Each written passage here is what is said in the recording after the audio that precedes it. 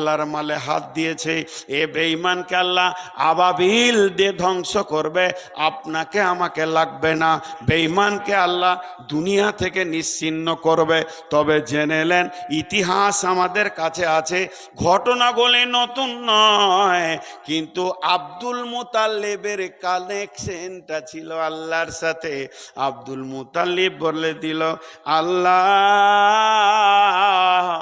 আমি জয়দিন ছিল তোমার ঘরের, আমি ঝাড়বারদারি করেছি, হিফাজত করার দায়িত্ব তো তোমার মালিক।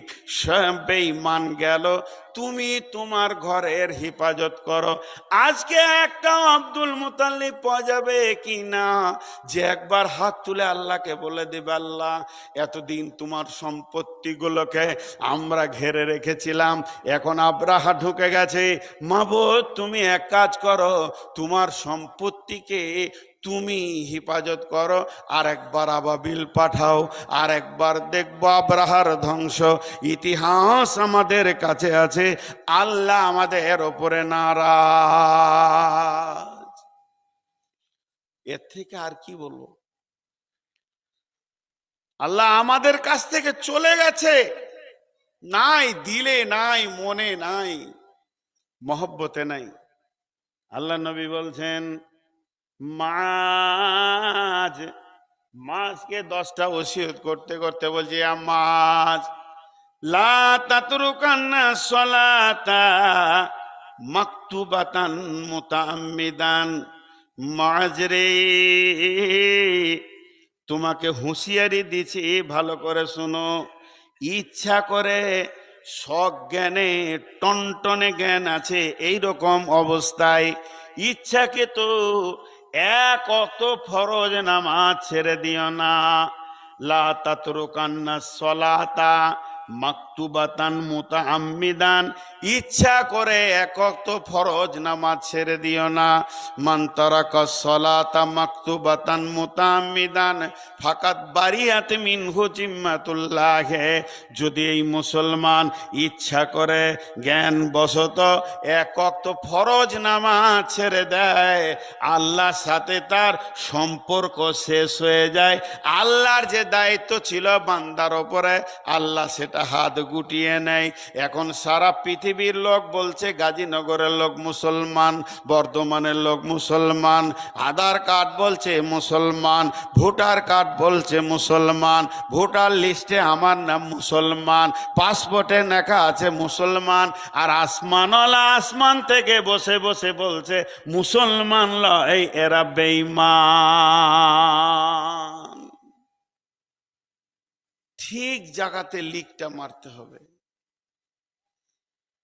ঠিক জায়গাতে যদি আপনার আমার হাত পড়ে, গাড়ির পাম্প কেনে থাকছে না চাকে, মিস্ত্রিকে বলছি গাড়ির পাম্প কেনে থাকছে না, লিক যে আছে থাকবে কেনে। ঠিক জায়গায় যখন মিস্ত্রির হাত পড়বে, সলিউশন পড়বে, পট্টি লেগে যাবে, হাওয়া থাকবে, গাড়ি চলবে। আজ মুসলমানদের এই অবস্থাটা কেন? জি, মুসলমানদের এই অবস্থাটা কেন? কসাইখানায় একটা খাসিকে উল্টা করে ঝুলিয়ে দিয়েছে, ওরা কলজে ফ্যাঁপসা নাড়ি ভুঁড়ি সব বেরিয়ে আছে, আর 2-3টে খাসি খুঁটিতে বাঁধা আছে, ওকে পৌঁছিয়ে দেওয়া আছে ঠিক জায়গায়। 10 মিনিট পর 10-20 মিনিটের মধ্যে এইরকম হবে ওদের। এমন সময় একজন হন্তদন্ত করে গাড়ি নিয়ে এসে বলছে দোকানদারকে, শফিকুল ভাই 40 কেজি মাংস হবে, আমার হঠাৎ বাড়িতে একটা কুটুম এসে যাচ্ছে, 40 কেজি লাগবে, একটা অনুষ্ঠান হবে, এখনই হঠাৎ লাগবে। তো শফিকুল ওই 3টার দিকে এমনি করে তাকিয়ে বলছে, হয়ে যাবে, হয়ে যাবে। তখন 2টা ছাগলে আমের পাতা খাওয়ার লেগে আর ওই আপনার কিনা কাঁঠালের পাতা খাওয়ার লেগে গুঁতাগুঁতি লেগেছে। ওকে মারছে, ওকে হুঁড়া মারছে, এই পাতা আমি খাবো, বলছে আমি খাবো, আর কষাই ছুরি ধার দিচ্ছে, হয়ে যাবে, 35 কেজি করে দিচ্ছি। আমাদের অবস্থা তাই, বাড়ি ঘর আর ব্যবসা বাণিজ্য নিয়ে আমরা ছুটছি, আর পেছনে আর সে চুড়িদার করছে, আর 12 দিন তুই ছুটে করবি কি? ঘরে কোন সুখ আছে তোর? আল্লাহ তাবারাক ওয়া তাআলা বলছেন, আল্লাহর নবী বলছেন, ওয়াইয়াকা ওয়াল মাসিয়া ফাইন্না বিল মাসিয়াতি হাল্লুন সাকাতুল্লাহ। একবার মিলিয়ে এলেন গাজীনগরের লোক, যে কয়টা বসে আছেন বাকি কটা তো চলে গেল। ওয়াইয়াকা ওয়াল মাসিয়া ফাইন্না বিল মাসিয়াতি হাল্লুন সাকাতুল্লাহ। আল্লাহর নবী বলছেন, আমি বলছি রে মা, ভুট্টাগুলো মেলা আছে উঠিয়ে নে। বেটি বলছে কি হবে আব্বা? আমি বলছি বৃষ্টি হবে। তখন আমার বেটি বলছে, আপনি কি গায়েবের খবর জানেন নাকি?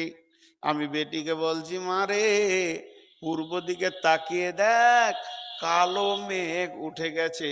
এটা তো গায়েব নয়, এটা প্রকাশ হয়ে গেছে। সনসন হাওয়া বইছে, তাড়াতাড়ি ভুট্টাটা তুলে নে, ছোলাটি